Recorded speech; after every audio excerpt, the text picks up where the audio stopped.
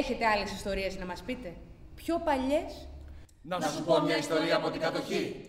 Όλοι για την κατοχή μας μιλάνε. Θέλετε να μας πείτε κάτι άλλο? Πείτε μας κάτι χαρούμενο. Η ιδέα της ιστορίας ξεκίνησε το βράδυ του θανάτου του παππού μου, όπου έμαθα πράγματα για αυτόν που δεν τα ήξερα. Και αισθάνθηκα λίγο άβολα που είχα αφήσει τον καιρό να περάσει.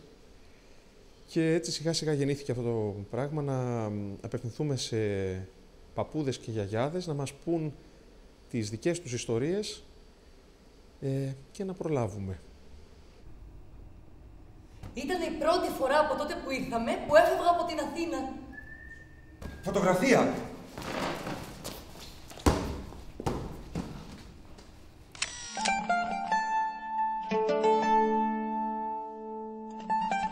Ο Γιάννης ήθελε να δείξει πώς οι μικρές ιστορίες των ανθρώπων υπάρχουν και συνεχίζουν κάτω από τις μεγάλες ιστορίες των χωρών, δηλαδή κάτω από την επίσημη ιστορία. Πάνω σε αυτή την ιδέα λοιπόν ταξιδέψαμε σε όλη την Ελλάδα, εγώ και οι υπόλοιποι, και πήραμε ιστορίες από ανθρώπους ηλικιωμένους.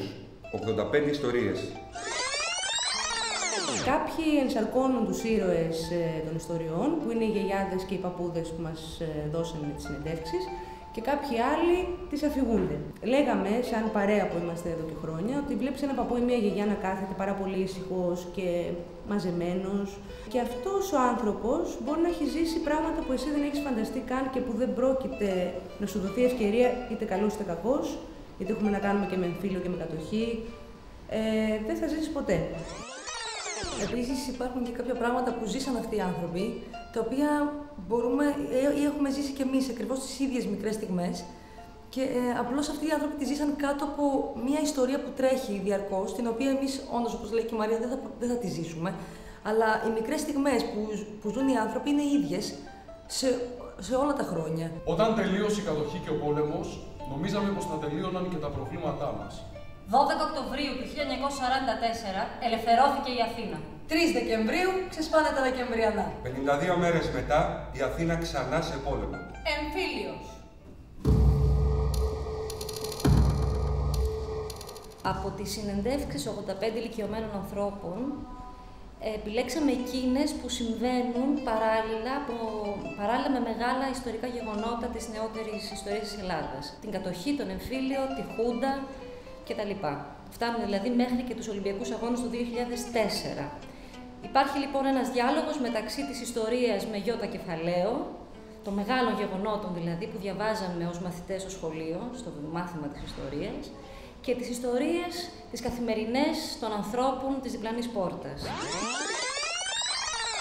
Υπάρχει και το πολύ βασικό στοιχείο της ανάγκης που έχει ο άνθρωπος να τα κάνει όλα τετράγωνα, σε κουτάκια.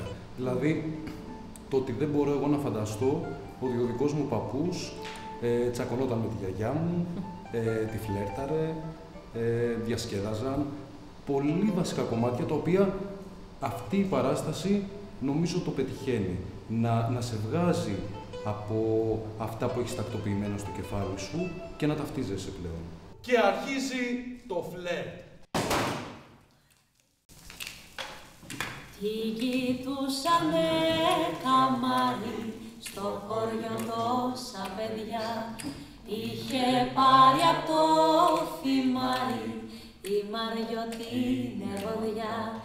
Νομίζω ότι έχω χάσει πολύ χρόνο, επιμένοντας σε πράγματα που δεν άξιζα να επιμείνω και μην τολμώντας να κάνω άλλα πράγματα που άξιζαν τον κόπο να τα τολμήσω.